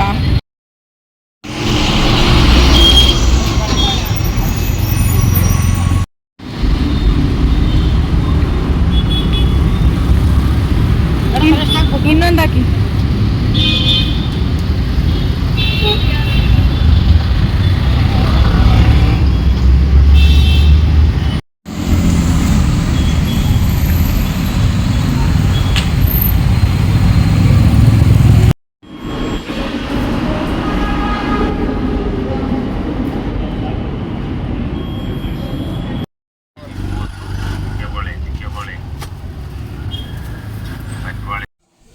ಈಗಷ್ಟೇ ಮನೆಗೆ ಬಂದೆ. ಸೊ ಪೂರ್ವಿ ನೋಡೋಕ್ಕೆ ಹೋಗಿದ್ದೆ. ಆಗಲೇ ತುಂಬ ದಿನ ಆಗ್ಬಿಡ್ತು, ನೋಡೋಕ್ಕಾಗಿಲ್ಲ ನಾನು ಈ ಮಧ್ಯದಲ್ಲಿ. ಆಮೇಲೆ ತುಂಬ ಬೇಜಾರಾಗ್ತಿತ್ತು, ಇಷ್ಟು ದಿನದಲ್ಲಿ ನೋಡೋಕ್ಕಾಗಿಲ್ಲ ಅವನು. ಒಂದು ಸಾರಿನಾದ್ರು ನೋಡಬೇಕು ಅಂತ. ಅದಕ್ಕೆ ಭಾನುವಾರ ಗಂಟೆ ಕಾಯ್ದಿಲ್ಲ, ಇವತ್ತೇ ಹೋಗ್ಬಿಟ್ಟೆ. ಸೊ ಇವತ್ತು ಶುಕ್ರವಾರ. ಬಟ್ ಇವಾಗ ಎಳ್ನೀರು ಕುಡಿಯೋಣ ಅಂತ ಒಂದು ಕಡೆ ನಿಲ್ಲಿಸಿದ್ದೆ ನಾನು. ಆ್ಯಕ್ಚುಲಿ ಸ್ವಲ್ಪ ಮುಸ್ಸಂಜೆ ಅಂತ ಅನಿಸುತ್ತೆ ಆ ಟೈಮು. ಒಂದು 5:45, 6 ಗಂಟೆ ಆ ಟೈಮು. ಅಲ್ಲಿ ಒಂದು ಮಗು ಮಿಸ್ ಆಗಿತ್ತಂತೆ. ಸೊ ನಂಗೆ ಕೇಳಿನೇ ಆಶ್ಚರ್ಯ, ಒಂದು ಕಡೆ ಭಯ ತುಂಬಾ ಆಯಿತು. ಅದು ಹೆಣ್ಮಗು ಅಂತ ಹೇಳಿದ ಮೇಲಂತೂ ಇನ್ನೂ ಒಂದು ಭಯನೇ ಸ್ಟಾರ್ಟ್ ಆಯಿತು ನನಗೆ. ಆ್ಯಕ್ಚುಲಿ ಚಿಕ್ಕ ಮಕ್ಕಳುಗಳು ಇವಾಗೆಲ್ಲ ಕಾಣೆ ಆದರೆ ಯಾವ ಪರಿಸ್ಥಿತಿಲಿ ಸಿಗ್ತವೆ ಅಂತ ಗೊತ್ತಲ್ಲ. ಪಾಪ ನನಗೆ ಹೆಂಗಾಯಿತು ಅಂದರೆ, ಪಾಪ ಆ ತಾಯಿ ವೇದನೆ ನೋಡಿ ನನಗೆ ಎಷ್ಟು ಬೇಜಾರಾಯಿತು ಅಂದರೆ, ನಮ್ಮ ಮಕ್ಕಳು ಇದೇ ಪರಿಸ್ಥಿತಿಲಿದ್ದಾಗ ನಮಗೆ ಎಷ್ಟು ಬೇಜಾರಾಗುತ್ತಲ್ಲ. ಅರ್ಧ ಗಂಟೆಗೆ ಮುಂಚೆನೇ ಆ ಮಗು ಅಲ್ಲಿ ಕಳವಾಗಿರೋದು. ಬಟ್ ಇದೇನು ನಡೆದಿದೆ ಅಂತ ಹೇಳಿದ್ರೆ, ಮಗು ಸ್ಕೂಲಿಂದ ಆದಷ್ಟು ಕದೆ ಬರ್ತಾಯಿತ್ತಂತೆ. ಸೊ ಬಂದು ಆಮೇಲೆ ಟ್ಯೂಷನ್ಗೆಲ್ಲ ಹೋಗ್ತಾಯಿತ್ತಂತೆ. ನೋಡಿದರೆ ಆ ಮಗು ಮನೆಗೂ ಬಂದಿಲ್ಲ. ಅದು ಟ್ಯೂಷನ್ಗೆ ಹೋಗ್ತೀನಿ ಅಂತ ಹೇಳಿತ್ತಲ್ಲ, ಟ್ಯೂಷನ್ಗೆ ಹೋಗಿತ್ತಾ ಅಂತ ನೋಡೋಕ್ಕೆ ಸೊ ಟ್ಯೂಷನಲ್ಲೂ ಇಲ್ಲ. ಸೊ ಒಂದು ಆಟೋ ಡ್ರೈವರು ಬ್ಯಾಗ್ ಮಾತ್ರ ಇಲ್ಲಿದೆ ಅಂತ ಹೇಳಿ ಕಾಲ್ ಮಾಡ್ತಾರಂತೆ. ಸೊ ಅವ್ರು ಯಾರು ಅಂತಲೂ ಗೊತ್ತಿಲ್ಲ, ಮಧ್ಯದಲ್ಲಿ ಬಂದಿರೋ ವ್ಯಕ್ತಿ ಅವ್ರು ಯಾರು ಅಂತಲೂ ಗೊತ್ತಿಲ್ಲ. ನೋಡಿದರೆ ಅವ್ರು ಫೋನ್ ತೆಗೆದ್ಬಿಟ್ಟು ಹೇಳ್ತಾನೂ ಇಲ್ಲ ಮಗು ಎಲ್ಲೋಯ್ತು ಏನು ಕತೆ ಅಂತಲೂ ಹೇಳ್ತಾ ಇಲ್ವಂತೆ. ಸರಿಯಾಗಿ ಏನು ಇನ್ಫಾರ್ಮೇಷನೇ ಹೇಳ್ತಾ ಇಲ್ವಂತೆ. ಸೊ ಯಾವ ವ್ಯಕ್ತಿಗಳು ಏನು ಮಾಡ್ತಾರೆ, ಅದರಲ್ಲೂ ಚಿಕ್ಕ ಹೆಣ್ಮಕ್ಳುಗಳ್ನ ಕರ್ಕೊಂಡು ಹೋಗ್ತಾರೆ. ಯಪ್ಪ ದೇವರೇ, ಭಯಂಕರ ಆಗ್ತಾಯಿತ್ತು ನನಗೆ. ಅಲ್ಲೇ ಒಂಥರ ಎದೆ ಡಗ್ಗಂತು. ಅಂದರೆ ವಯಸ್ಸಿಗೆ ಬಂದಿರೋರಿಗೆ ಈ ಥರ ಟಾರ್ಚರ್ ಕೊಡೋವಂಥ ಈ ಜನಗಳು, ಚಿಕ್ಕ ಮಕ್ಕಳು, ಯಾವ ಏಜಲ್ಲಿರೋರ್ನು ಹೆಣ್ಮಕ್ಳನ್ನ ಬಿಡೋಲ್ಲ. ಈ ಮನಸ್ಥಿತಿನೇ ಬದಲಾಗ್ಬಿಟ್ಟಿದೆ ಇವಾಗ ಜನಗಳು, ಒಂದಷ್ಟು ಜನಕ್ಕೆ. ಸೊ ಎಲ್ರಿಗೂ ಹೇಳ್ತಾ ಇಲ್ಲ ಇಲ್ಲಿ. ಕೆಲವು ಜನಗಳು ನಿಜವಾಗ್ಲೂ ಹೇಳ್ತೀನಿ, ಆ ಚಿಕ್ಕ ಮಕ್ಕಳನ್ನ ಯಾವ್ಯಾವ ಥರ ನೋಡ್ತಾರೆ. ಯಪ್ಪ ಅವ್ರ ಮನಸ್ಥಿತಿ ಹೆಂಗಿರುತ್ತೆ, ಎಷ್ಟು ಕ್ರೂರವಾಗಿರ್ತಾರೆ. ಅಪ್ಪ ನಂಬೋಕ್ಕಾಗಲ್ಲ. ಇವಾಗ ಅಷ್ಟು ಜನ ಚೇಂಜ್ ಆಗಿಬಿಟ್ಟಿದ್ದಾರೆ. ಬಟ್ ಆ ವಿಷಯ ನನಗೆ ಇವಾಗಲೂ ಮನೆಗೆ ಬಂದಾದ್ಮೇಲೂ ಮನಸ್ಸಲ್ಲಿ ಕೊರಿತಾ ಇದೆ. ಆ ಮಗು ಸಿಗುತ್ತಾ? ಸದ್ಯ ಸಿಗಂಗಿದ್ರೆ ಒಳ್ಳೆ ರೀತಿಲಿ ಸಿಗ್ಲಪ್ಪ. ಯಾವುದೇ ರೀತಿ ಏನೂ ಅದಕ್ಕೆ ಪ್ರಾಬ್ಲಮ್ ಆಗಿರೋದು ಬೇಡ ಅಂತ ನಾನು ದೇವರಲ್ಲಿ ಬೇಡ್ಕೊತೀನಿ, ಅದರಲ್ಲಿ ರಾಯರನ್ನ ಬೇಡ್ಕೊತೀನಿ. ನಂಗೆ ಸಿಕ್ಕಾಪಟ್ಟೆ ಭಯನೂ ಆಗ್ತಿದೆ. ಒಂದು ಕಡೆ ಹೆಣ್ಮಗು ಒಂದೇಟಿಗೆ ಸಡನ್ಲಿ ಭಯ ಆಗುತ್ತೆ. ಅದು ಎಷ್ಟು ಚಿಕ್ಕದು ಅಂದರೆ 4ನೇ ಕ್ಲಾಸ್ ಅಂತೆ. ನಮ್ಮ ಪೂರಿ 3ನೇ ಕ್ಲಾಸು. ಈ ಮಗು 4ನೇ ಕ್ಲಾಸ್ ಅಂದರೆ ಒಂದು 10 ವರ್ಷ ಇರುತ್ತೆ. ನನ್ನ ಮಗನಿಗೆ 9 ವರ್ಷ ರನ್ನಿಂಗು, ಈ ಮಗುಗೆ 10 ವರ್ಷ ಇರ್ಬೋದು. ಸೊ ಇಷ್ಟು ಚಿಕ್ಕ ಮಗು ಕಾಣೆಯಾಗಿದೆ ಅಂತೇಳಿಗೆ ಸಡನ್ಲಿ ಭಯ ಎಂಥವ್ರಿಗೂ ಆಗುತ್ತೆ. ಪಾಪ ಅವರಮ್ಮ ಅಳ್ತಾಯಿದ್ರು ಅಲ್ಲಿ, ಇಲ್ಲಿ ನೋಡಿದ್ರ ಅಂತ. ಒಂದು ಅಂಗಡಿಲಿ CC ಕ್ಯಾಮ್ರಾ ಐತೆ, ಹೋಗಿ ನೋಡಿ ಅಂತ ಒಬ್ಬರು ಸಜೆಸ್ಟ್ ಮಾಡ್ತಾಯಿದ್ರಲ್ಲಿ. ಒಂದಷ್ಟು ಜನ ಅಲ್ಲಿ ಹುಡ್ಕೋಕ್ಕೂ ಸ್ಟಾರ್ಟ್ ಮಾಡಿದರು. ಬಟ್ ಆಟೋ ಡ್ರೈವರ್ ಬೇರೆ ಸರಿಯಾಗಿ ಇನ್ಫಾರ್ಮೇಷನ್ ಕೊಡದೆ ಅವ್ರಿಗೇನು ಗೊತ್ತಾಗ್ತಿಲ್ಲ, ಏನೋ ಅಲ್ಲಿ ಲೀಡ್ ಮಿಸ್ ಆಗ್ತಿದೆ ಅಂತ ಅನ್ನಿಸ್ತು ನನಗೂ. ಅವ್ರ ಮಗು ಸೇಫಾಗಿ ಸಿಗಲಿ ಅಂತ ಹೇಳಿ ನಾನು ದೇವರಲ್ಲಿ ಪ್ರಾರ್ಥಿಸ್ಕೊತೀನಿ. ಯಾಕಂದರೆ ಒಳ್ಳೆ ಸಿಚುವೇಶನು ಇದರಲ್ಲಿ ಬೆಳೀತಾ ಇರೋ ಮಕ್ಕಳುಗಳು ಸಡನ್ಲಿ ಎಲ್ಲೋ ಒಂದು ಕಡೆ ಮಿಸ್ ಆಗ್ತವೆ ಅಂದೇಳಿಕೆ ಎಂಥವ್ರಿಗೂ ಭಯ ಆಗುತ್ತೆ. ಸೊ ನನಗೆ ಹಂಗೆ ಭಯ ಆಯಿತು. ಯಾಕಂದರೆ ನಾನು ಆ ಪರಿಸ್ಥಿತಿಲಿದ್ದರೆ ಏನು ಮಾಡ್ತಿದ್ದೆ ಅಂತ ನನಗೊಂದು ಕಡೆ ಅಲ್ಲಿ ಬಂದ್ಬಿಡ್ತು ನನ್ನ ಮೈಂಡಿಗೆ. ನನ್ನ ಮಗ ಅವನು ಆ್ಯಕ್ಚುಲಿ ಗಂಡು ಮಗ. ಬಟ್ ಈ ಸಮಾಜ ಹೆಂಗಿರುತ್ತೆ ಅಂತ ನಿಜವಾಗ್ಲೂ ಹೇಳೋಕ್ಕಾಗಲ್ಲಪ್ಪ. ಯಾವಾಗ ಚೇಂಜ್ ಆಗೋದು, ಏನೇನು ನಡೀತಾ ಇದೆ ಇಲ್ಲಿ ಅನ್ನೋದೇ ಒಂದು ಅರ್ಥ ಮಾಡ್ಕೊಳ್ಳೋಕ್ಕೆ ನಾವು ಬೇರೆ ಗ್ರಹದಿಂದ ಬರಬೇಕಾಗುತ್ತೆ ಅಂತ ಅನಿಸ್ಬಿಡುತ್ತೆ ಒಂದೊಂದು ಸಾರಿ. ಸೊ ಈ ಸಿಚುವೇಶನ್ ಇದೆ. ಹಾಸ್ಪಿಟಲ್ಲಿಗೆ ಹೋಗಿದ್ದ ವಿಷಯ ಬಂದು ಸ್ವಲ್ಪ ಆಯುರ್ವೇದಿಕ್ ಟ್ರೀಟ್ಮೆಂಟ್ ಏನಾದರೂ ತಗೊಳ್ಳೋಣ ಅಂತ. ಗಾಯ ವಾಸಿಗೆ ಬಂದಿದೆಯಲ್ಲ, ಸೊ ಗಾಯ ವಾಸಿಗೆ ಬರ್ದೇ ಅವರು ಹೇಳ್ತಾಯಿದ್ರು ಆಯುರ್ವೇದಿಕ್ ಟ್ರೀಟ್ಮೆಂಟ್ ತಗೊಳಕ್ಕಾಗಲ್ಲ ನೀವು, ಯಾಕಂದರೆ ನಾವು ಆಯಿಲ್ ಮಸಾಜ್ ಮಾಡುವಾಗ ಆ ಥರ ಎಲ್ಲ ಮಾಡುವಾಗ ಗಾಯದೊಳಗಡೆ ಹೋಗ್ಬಿಡುತ್ತೆ ಆಯಿಲು, ಅದೆಲ್ಲ ಇನ್ಫೆಕ್ಷನ್ಗೆ ಕಾರಣ ಆಗುತ್ತೆ ಅಂತ. ಈಗ ಒಂದು 6-8 ತಿಂಗಳಿಂದ ನಾನು ಅಲ್ಲೇ ಅಡ್ಮಿಟ್ ಆಗಿದ್ದಿದ್ದಲ್ವ, ಆವಾಗ ಗಾಯ ವಾಸಿ ಆಗಲಿ ಅಂತ ಹೇಳಿದರು. ಅಂದರೆ 1 ವರ್ಷದ ಮೇಲೆ ಜಾಸ್ತಿ ದಿನವೇ ಆಗಿದೆ ಈ ಗಾಯ ವಾಸಿ ಆಗಿರಲಿಲ್ಲ. ಇವಾಗ ವಾಸಿಗೆ ಬಂದಿದೆ, ಟ್ರೀಟ್ಮೆಂಟ್ಗೆ ಹೋಗಿದ್ದೀನಿ. ಬಟ್ ಟ್ರೀಟ್ಮೆಂಟ್ಗೆ ಹೋದ್ರೆ ಅಲ್ಲಿ ಸ್ಪೆಷಲ್ ವಾರ್ಡ್ ತಗೋಬೇಕಲ್ವ. ಸ್ಪೆಷಲ್ ವಾರ್ಡ್ ತಗೊಂಡ್ರೆ ನಮಗೆ ಬೆಸ್ಟು. ಯಾಕಂದರೆ ಸ್ಪೈನ್ ಇಂಜುರಿ ಆಗಿರೋರು ನಾರ್ಮಲಾಗಿ ಜನರಲ್ ವಾರ್ಡ್ಗಳಲ್ಲಿ ಆಗಲಿ ಇದನ್ನು 15 ರೂಪೀಸ್ ವಾರ್ಡ್ ಅಂತ ಸಿಗುತ್ತೆ ಅಲ್ಲಿ ಸ್ಪೆಷಲ್ಲೇ ಅದನ್ನು ಸ್ವಲ್ಪ. ಬಟ್ ಆ ವಾರ್ಡಲ್ಲಿ 3 ಜನ ಇರ್ತಾರೆ. ಇನ್ನೊಂದು 100 ರೂಪೀಸ್ ವಾರ್ಡ್ ಅಂತ ಸಿಗುತ್ತೆ. ಅದು ಬಂದು ಇಲ್ಲಿ 3 ಥರ ಕ್ಯಾಟಗರಿ ಬರುತ್ತೆ. ನಾರ್ಮಲ್ ವಾರ್ಡ್ಗಳು, ಜನರಲ್ ವಾರ್ಡ್ ಬರುತ್ತಲ್ಲ, ಅಲ್ಲೆಲ್ಲ ಫ್ರೀ ಇರುತ್ತೆ. ಇನ್ನೊಂದು ಸ್ಪೆಷಲ್ ವಾರ್ಡ್ ಅಂತ ಸಿಗುತ್ತೆ, 15 ರೂಪೀಸ್ ವಾರ್ಡ್ ಅಂತ ಸಿಗುತ್ತೆ. ಸೊ ಅಲ್ಲಿ 3 ಜನ ಪೇಷಂಟ್ಸ್ ಇರೋವಂಥ 3 ಬೆಡ್ಗಳನ್ನ ಹಾಕಿರ್ತಾರೆ. ಸೊ ಇನ್ನೊಂದು ಸ್ಪೆಷಲ್ ವಾರ್ಡು, ಹೈಟೆಕ್ ವಾರ್ಡ್ ಅಂತ ಹೇಳ್ತಾರೆ ಅದನ್ನು. ಆ ಥರ ವಾರ್ಡ್ಗಳು ಸಿಗುತ್ತೆ. ಅದು ಒಬ್ರಿಗೊಂದೇ ಒಂದು ದೊಡ್ಡ ಮನೆ ಥರನೇ ಇರುತ್ತೆ. ಅದು ಒಂದು ಫಸ್ಟು ಸ್ಟಾರ್ಟಿಂಗಲ್ಲಿ ಒಂದು ಚಿಕ್ಕದು ಇರುತ್ತೆ, ಅಲ್ಲೆಲ್ಲ ಡಸ್ಟ್ಬಿನ್ ಅದು ಇದು ಇರೋ ಥರ. ಇನ್ನೊಂದು ಒಳಗಡೆ ಹೋದರೆ ದೊಡ್ಡ ಹಾಲ್ ಒಳಗಡೆ ಇನ್ನೊಂದು ಚೂರು ಲೆಫ್ಟಿಗೆ ಹೋದರೆ ಒಂದು ಇದು ಆಯಿಲ್ ಮಸಾಜ್ ಮಾಡೋಕ್ಕೆ ಅಂತಲೇ ಒಂದು ದೊಡ್ಡ ಮಂಚ, ಬರೀ ಇದ್ರದ್ದು ಮರದ್ದು ಮಂಚ ಇರುತ್ತೆ. ಸೊ ಅದರಿಂದ ಈ ಕಡೆ ಒಳಗಡೆ ಬಂದರೆ ಒಂದು ಟಾಯ್ಲೆಟು ವಿತ್ ಅಟ್ಯಾಚ್ ಬಾತ್ರೂಮ್ ಇರುತ್ತಲ್ಲ ಆ ಥರ. ಬಟ್ ಅದು ಬಾತ್ರೂಮೇ ತುಂಬ ದೊಡ್ಡದಿರುತ್ತೆ. ವೀಲ್ಚೇರ್ ಓಡಾಡೋಕ್ಕೆ ತುಂಬಾ ಅನುಕೂಲ ಇರೋ ಅಂಥದ್ದು. ಅದಕ್ಕೆ ಸ್ಪೆಷಲ್ ವಾರ್ಡ್ ಹುಡ್ಕೋಕೆ ಹೋಗಿದ್ದು. ಕೆಲವೊಂದು ಕಡೆ 15 ರೂಪೀಸ್ ವಾರ್ಡ್ ಅಂತ ಹೇಳಿದ್ನಲ್ಲ, ಆ 15 ರೂಪೀಸ್ ವಾರ್ಡಲ್ಲಿ ಕೆಲವೊಂದು ಕಡೆ ವೀಲ್ಚೇರ್ ಒಳಗಡೆ ಹೋಗಲ್ಲ. ಸೊ ಅದಕ್ಕೆ ನಾನು ಅಲ್ಲೆಲ್ಲ ತಗೊಳ್ಳೋದು ಬೇಡ ಅಂದ್ಕೊಂಡೆ. ಆಮೇಲೆ ಇವಾಗ ಅಲ್ಲಿ ಏನು ಮಾಡ್ತಾಯಿದ್ದಾರೆ ಅಂದರೆ ಒಂದು ಪೇಂಟಿಂಗು ಏನೋ ಮಾಡ್ತಿದ್ದಾರೆ. ಸ್ವಲ್ಪ ಎಷ್ಟೋ ವರ್ಷಗಳಾದಮೇಲೆ ಅದೆಲ್ಲ ಮಾಡ್ತಾ ಇರೋದ್ರಿಂದ 2-3 ತಿಂಗಳು ಮಧ್ಯದಲ್ಲಿ ಗ್ಯಾಪ್ ಆಗುತ್ತಂತೆ. ಅದು ಕನ್ಸ್ಟ್ರಕ್ಷನು ಮಾಡ್ತಿದ್ದಾರಂತೆ ಕೆಲವೊಂದು ಕಡೆ. ಅದಕ್ಕೆ ಇವಾಗ ಸ್ಪೆಷಲ್ ವಾರ್ಡ್ ಸಿಗಲ್ಲ ಅಂತ ಹೇಳಿದರು. ಇನ್ನೇನು ಮಾಡೋಕ್ಕಾಗಲ್ಲ. ವೀಲ್ಚೇರ್ ಹೋಗಿಲ್ಲ ಅಂದರೆ ನಾವು ಎಲ್ಲೋಗಿ ಹೆಂಗಿರೋಕ್ಕಾಗುತ್ತೆ. ಇವಾಗ 15 ರೂಪೀಸ್ ವಾರ್ಡ್ಗೆ ಹೋದರೆ ಒಬ್ಬರು ಜೊತೇಲಿ ಇರಲೇಬೇಕು ಅಂತಾರೆ. 100 ರೂಪೀಸ್ ವಾರ್ಡ್ ಆದರೆ ಅಲ್ಲಿ ಯಾರು ಬೇಕಾಗಿಲ್ಲ. ಆಮೇಲೆ ನನ್ನಷ್ಟು ನಾನೇ ಇಂಡಿಪೆಂಡೆಂಟ್ ಇದ್ದೀನಿ ಅಂತ ಹೇಳಿ ನಾನು 2 ಸಾರಿ ಅಡ್ಮಿಷನ್ ಆಗಿದ್ದು. ಸೊ ನನಗೆ ಕೊಡ್ತಾರೆ. ಸೊ ಆ ಧೈರ್ಯದ ಮೇಲೆ ಹೋಗಿ ಅಡ್ಮಿಷನ್ ಆಗೋಣ ಅಂದರೆ ಈ ಥರ ಆಯಿತು ಕತೆ. ಅದಕ್ಕೆಲ್ಲ ಕೇಳ್ಕೊಂಡು ಮಾಡ್ಕೊಂಡು ಆಮೇಲೆ ಬ್ಯಾಕ್ ಪೇನ್ ಬೇರೆ ಜಾಸ್ತಿ ಆಗಿತ್ತು. ಸ್ವಲ್ಪ ದಿನ ಟ್ರೀಟ್ಮೆಂಟಲ್ಲಿ ಇರೋಣ ಅಂತ ಅಂದ್ಕೊಂಡೆ, ಕತೆ ಆಗಿಲ್ಲ. ಆಮೇಲೆ ಅಲ್ಲಿ ಮುಗಿಸ್ಕೊಂಡೆ. ನಮ್ಮ ಪೂರ್ವಿ ನೋಡಾದ್ಮೇಲೆ ಒಂದಷ್ಟು ಮೋಲ್ಡ್ಸ್ನ ಕೊಟ್ಟಿರೋವಂಥವ್ರು ಒಬ್ಬರು, ಒಂದು ಲೇಡಿ.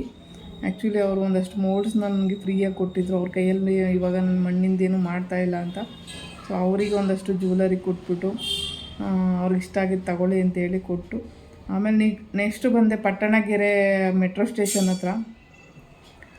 ಅಲ್ಲಿ ಬಂದಾದಮೇಲೆ ಅಲ್ಲಿ ಒಬ್ಬರು ಒಳಗಡೆ ವರ್ಕ್ ಮಾಡ್ತಾರಲ್ಲ ಅವ್ರು ಬಂದು ನನ್ನ ವೀಡಿಯೋಸ್ ನೋಡ್ತಾಯಿದ್ರಂತೆ. ನನಗೆ ಮಣ್ಣಿನ ಜ್ಯುವೆಲರಿ ಬೇಕು, ಜುಮ್ಕ ಇದೆಲ್ಲ ಬೇಕು ಅಂತ ಕೇಳಿದರು. ಸಡನ್ಲಿ ನಾನು ತೊಗೊಂಡೋಗಿರೋದನ್ನೆಲ್ಲ ತೋರಿಸ್ದೆ, ಅದರಲ್ಲಿ ಒಂದು ತಗೊಂಡ್ರು.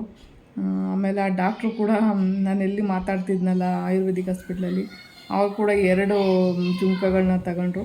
ಬಟ್ ಇವತ್ತು ಯಾರಿಗೋ ತೋರ್ಸೋಕೆ ಹೋಗಿ 2 ಕಡೆನೂ ಒಂದೊಂದು ಜುಮ್ಕನ ಸೇಲ್ ಮಾಡಿದೆ. ಒಬ್ರಿಗೆ 2, ಇನ್ನೊಬ್ರಿಗೆ 1 ಜುಮ್ಕ ಸೇಲ್ ಮಾಡಿದೆ. ಬಟ್ ಬೆಸ್ಟು ಏನೋ ಒಂದು ಮಾಡ್ತಾಯಿರಬೇಕು. ರೊಟೇಟ್ ಮಾಡ್ತಾಯಿದ್ರೇ ಏನೋ ಒಂದು ಜೀವನ ನಡೀತಾ ಇರುತ್ತೆ, ಖರ್ಚು ಇರುತ್ತೆ. ಅದ್ರ ಜೊತೆಗೆ ಈ ಥರ ಮಾಡ್ತಾಯಿದ್ದೀವಿ ಅಂತ ಒಂದಷ್ಟು ಜನಕ್ಕೆ ಗುರ್ತಿಸಂಗೂ ಇರುತ್ತೆ. ಸೊ ಈ ಥರ ಅದಕ್ಕೆ ನಾನು ಇವತ್ತು ತೋರಿಸ್ಬೇಕು ಅಂತ ಹೇಳ್ಬಿಟ್ಟು ಜುಮ್ಕ ಹಾಕ್ಕೊಂಡು ಹೋಗ್ಬಿಟ್ಟಿದ್ದೆ. ಸೊ ಈಗ ಮಣ್ಣಿಂದಂತೂ ಯಾರೂ ನಂಬ್ತಾ ಇಲ್ಲ ಅವರು. ಇಲ್ಲಿ ಬಂದರೂ ಸುಮ್ಮನೆ ಅಲ್ಲ ಕೆಲಸಗಳು. ಅಲ್ಲಿಂದ ಓಡಾಡ್ಕೊಂಡು ಬಂದು ಸಾಕಾಗಿದೆ, ಸಾಯಂಕಾಲ ಆಗಿದೆ ಬರೋಷ್ಟರಲ್ಲಿ. 7:15 7:30 ಮೇಲೆ ಆಗ್ಬಿಟ್ಟಿತ್ತು ಇಲ್ಲಿ ಬಂದಾಗ. ಸೊ ನೋಡಿದರೆ ಹೊರಗಡೆ ಬಟ್ಟೆ ಹಾರಾಕಿದ್ದೀನಿ, ಅದನ್ನೆಲ್ಲ ತಗೊಂಡು ಬಂದು ಅದರಲ್ಲಿ 1-2 ಹಸಿದಿತ್ತು, ಅದನ್ನು ಅದ್ರ ಮೇಲೆ ಹಾಕಿದ್ದೀನಿ ಸುಮ್ಮನೆ ಒಣಕೊಳ್ಳಿ ಅಂತೇಳಿ. ಆಮೇಲೆ ಬಂದು ಪಾತ್ರೆ ತೊಳೆದು ಹಿಂಗೆ ಕೆಲಸಗಳಂದರೆ ಸುಮ್ಮನೆ ಅಲ್ಲ. ಬೆಟ್ಟಕ್ಕೆ ಬರೋ ಹೊತ್ತಿಗೆ ಒಂದು 9:15 ಆಗಿಬಿಡ್ತು. ಹಿಂಗೆ ಕತೆಗಳು ನಡೆದು ಒಂದಷ್ಟು ಕೆಲಸ ಮಾಡಿದ್ದೀನಿ. ಬ್ಯಾಕ್ ಪೇನು ಜಾಸ್ತಿನೇ ಆಗಿದೆ. ಜೊತೆಗೆ ನಾನೆಲ್ಲಾದರೂ ದೂರ ಹೋಗಿದ್ರೆ ನಂಗೆ ಗೊತ್ತಿರುತ್ತೆ ಬ್ಯಾಟ್ರಿ ಖಾಲಿಯಾಗಿರುತ್ತೆ ಅಂತ. ಸೊ ಎಮರ್ಜೆನ್ಸಿ ಇದ್ದರೆ ಬೇಕಾಗುತ್ತೆ ಅಂತೇಳಿ ಬ್ಯಾಟ್ರಿ ತೊಗೊಂಡು ಬಂದು ಚಾರ್ಜ್ ಮಾಡ್ಕೊತೀನಿ ಫುಲ್ಲು.